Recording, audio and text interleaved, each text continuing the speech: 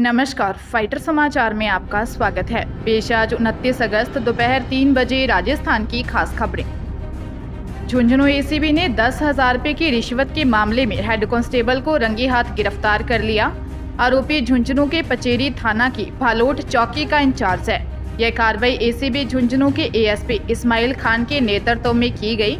DSP Ismail Khan ने बताया कि गिरफ्तार आरोपी रमेश कुमार है। वह झुंझुनू के सूरजगढ़ के चीमा का बास का रहने वाला है। झुंझुनू के पचेरी थाना के अंतर्गत भालोट में चौकी प्रभारी के पद पर कार्यरत है। झुंझुनू निवासी राकेश कुमार ने एसीबी को दी शिकायत में बताया कि उसने बाइक की छीना झपटी की रिपोर्ट पचेरी थाने में दी थी। जांच में एवज में हेड कांस्टेबल रमेश कुमार 12,000 रुपये की रिश्वत मांगकर परेशान कर रहा था। शिकायत के सत्यापन के बाद एसीबी ने आरोपी हेड कांस्टेबल रमेश कुमार को 10,000 रुपये की रिश्वत लेते रंगे हाथों गिरफ्तार कर लिया। पूछताछ की जा रही है। भरतपुर के कैथवाड़ा थाना इलाके में हुए सड़क हादसे में 4 लोगों की मौत हो गई। डॉक्टर, उसकी नर्स पत्नी और साली की मौत हो गई। हादसे में कंटेनर के ड्राइवर की भी मौत हुई है। थाना इंचार्ज प्रभुदयाल ने बताया कि खौर से कैथवाड़ा जाने वाले रास्ते में कंटेनर ट्रॉली की भिड़त में स्कूटी सवार 3 लोग चपेट में आ गए। तीनों की मौके पर ही मौत हो गई। हरियाणा के तलंबा थाना नूह के रहने वाले 28 वर्षीय डॉक्टर तारीफ, उसके 28 वर्षीय पत्नी नाजरीन और 11 वर्षीय साली आफरीन को स्कूटी पर लेकर खो स्थित जच्चा बच्चा केंद्र से कैथवाड़ा स्थित घर आ रहे थे। इस दौरान सामने से आ रहे कंटेनर ने एक ट्रैक्टर ट्रॉली को टक्कर मारी, जिसकी चपेट में स्कूटी भी आ गई। स्कूटी सवार पति पत्नी और डॉक्टर की साली की मौके पर ही मौत हो गई, जबकि हादसे के बाद पेड़ से टकराए कंटेनर के ड्राइवर 27 वर्षीय अनीस निवासी झेंझपुरी की भी मौत हो गई। पुलिस मामले की जांच में जुटी है। मुख्यमंत्री अशोक गहलोत ने 3 बड़े महत्वपूर्ण निर्णय के प्रस्ताव को मंजूरी दी है। इसमें पहला निर्णय न्यूनतम मजदूरी में 26 रुपये प्रतिदिन की बढ़ोतरी करना है। वहीं दूसरा निर्णय चिकित्सा शिक्षा विभाग के राजस्थान राज्य सड़क विकास निगम को आवंटित 3 निर्माण कार्यों के लिए एजेंसी चार्जेस में शिथिलता देने के प्रस्ताव को मंजूरी दी है। वहीं तीसरा पर्यटन इकाइयों का कार्य सुगम बनाने के लिए विभिन्न प्रावधान को मंजूरी दी है। अब अकुशल श्रमिक को 259 रुपये के स्थान पर 285 रुपये प्रतिदिन मिलेंगे। इसी प्रकार अर्धकुशल श्रमिक को 271 रुपये के स्थान पर 297 रुपये प्रतिदिन मिलेंगे।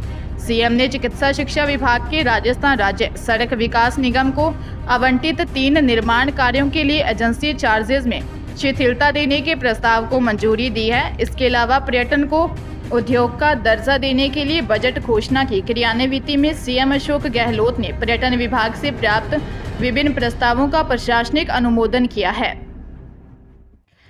राजस्थान प्रीमियर लीग के दूसरे दिन 2 मैच में पहला मुकाबला जाबाज कोटा चैलेंजर्स और उदयपुर लेक सिटी वॉरियर्स के बीच खेला गया। इसी मैच में उदयपुर ने कोटा को 6 विकेट से हरा दिया।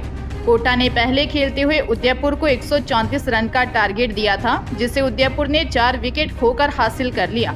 वहीं दूसरा मैच भी भीलवाड़ा बुल्स और शेखावाटी सोल्जर्स सीकर के बीच हुआ।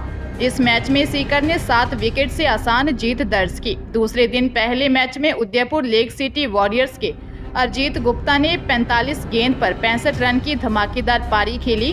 कोटा के प्रद्युमन ने घातक गेंदबाजी करते हुए उदयपुर से 4 विकेट चटकाए, लेकिन अपनी टीम को जीत नहीं दिला सके। उदयपुर की टीम ने 17.5 ओवर में 4 विकेट खोकर टारगेट हासिल कर लिया। आईपीएल के तीसरे दिन आज पहला मुकाबला दोपहर 3 बजे भीलवाड़ा बुल्स और जयपुर इंडियंस के बीच होगा। शाम 7:30 बजे जोधपुर सनराइजर्स और उदयपुर लेक सिटी वॉरियर्स की भिड़ंत होगी।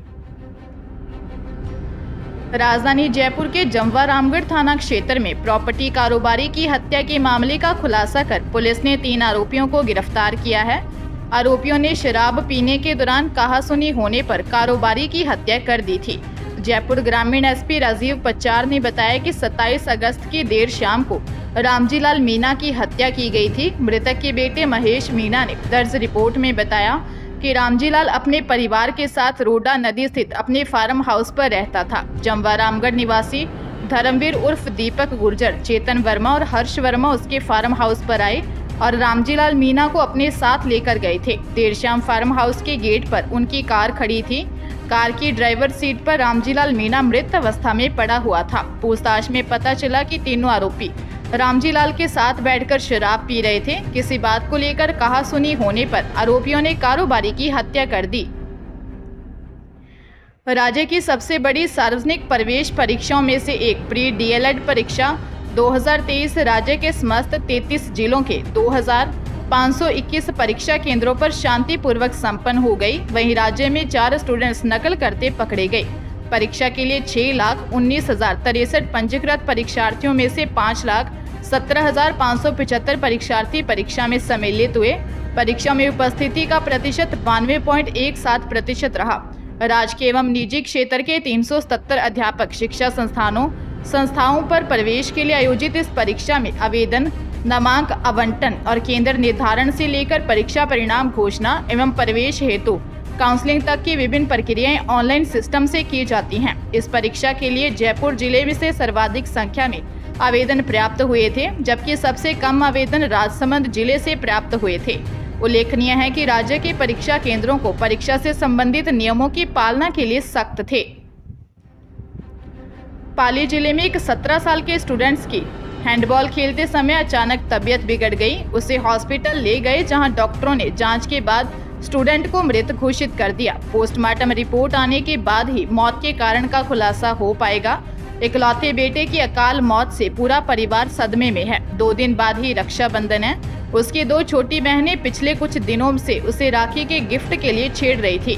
बहनें इसका इंतजार कर रही थी और त्योहार से ठीक पहले घर में इकलौते बेटे की मौत से मातम पसर गया। घटना पाली के सोजत सिटी थाना क्षेत्र के लुंडावास गांव के हायर सेकेंडरी स्कूल के मैदान में हुई। चामड़ियाख गांव निवासी विजय सिंह राजपूत हैंडबॉल प्रतियोगिता की तैयारी को लेकर स्कूल मैदान में प्रैक्टिस कर रहा था। इस दौरान उसकी तबीयत बिगड़ गई। उसे सोजत सिटी हॉस्पिटल ले गए, जहां डॉक्टर ने उसे मृत घोषित कर दिया। राजस्थान में आगामी विधानसभा चुनाव की तैयारियां तेज हो चुकी हैं। इस साल होने वाले विधानसभा चुनाव में सत्ता परिवर्तन के लिए भाजपा ने एक बार फिर परिवर्तन यात्राओं का मार्ग तय किया है। यात्रा का शुभारंभ होने में अब महज कुछ ही दिन बचे हैं। ऐसे में प्रदेश पार्टी की तरफ से यात्रा की तैयारी को अंतिम रूप दिया जा रहा है। इस बार 18 दिन की चारों यात्राओं में कुल 72 बड़ी सभाएं प्रस्तावित हैं, जिसमें क्षेत्र की डिमांड के लिहाज से बड़े नेता को आमंत्रित किया जा रहा है। इसके लिए हर जिले से सुझाव मांगे गए हैं। खास बात है कि इन सभाओं में ज्यादातर बाहरी राज्यों के नेता संबोधित करेंगे। इस बार पार्टी ने यात्रा के फॉर्मूले और नेतृत्व में भी बदलाव किया है। पार्टी की तरफ से निकाली जाने वाली यात्रा का नाम भले ही परिवर्तन यात्रा रखा गया हो, लेकिन नेतृत्व किसी एक चेहरे का नहीं होगा।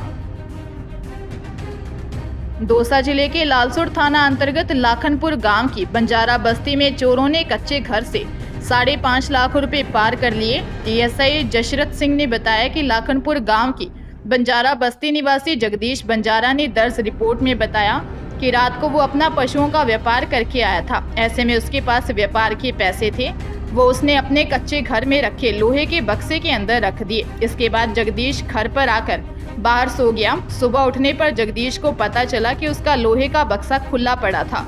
उसने लोहे के बक्से के अंदर देखा तो उसमें से 5.5 लाख रुपए नहीं मिले। पुलिस ने घटनास्थल का मौका मुआयना करके चोरों की तलाश शुरू कर दी है। झुंझुनू में बदमाशों ने घर में घुसकर लूट की वारदात को अंजाम दिया। मामला वार्ड 1 की केके कॉलोनी का है। पीड़ित सखर अली ने बताया कि केके कॉलोनी में स्थित घर में मैं अकेला था। परिवार के लोग बाहर गए हुए थे, मैं सो रहा था। इसी दौरान रात को दरवाजा खटखटाने की आवाज आई। घर से बाहर निकलकर मैंने गेट खोला तो 3 लड़के जबरदस्ती घर में घुस गए। वे मारपीट करने लगे, गर्दन पर चाकू लगा दिया। 2 बदमाशों ने मुझे पकड़ लिया।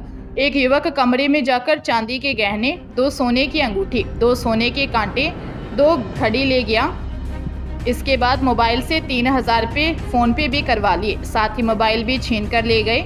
मामला दर्ज होने के बाद कोतवाली थाना पुलिस जांच पड़ताल में जुट गई है।